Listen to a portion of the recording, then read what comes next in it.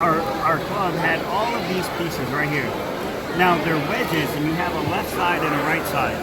Well, the thing is, people normally use them to make wings, but they only had a giant bag of right side, so nobody knew what to do with them. They also had these green guys, and those you can tilt them to be the position that you want. So I figured I could take them and make a wave.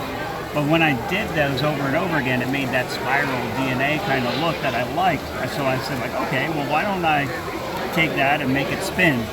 So I initially did just a single one, but then I was like, well, if I make three, they'll actually hold each other up a little bit. And so then here's something that's really cool. Check this out.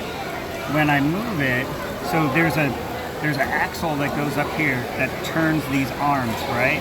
Now when it turns the arms, you'll notice the yellow gear moves, but the blue gear does not. So it's supposed to stay there so then they can move around it. Yes, and they call this a planetary gear system. So it kind of moves like the planets, where one's moving around the other.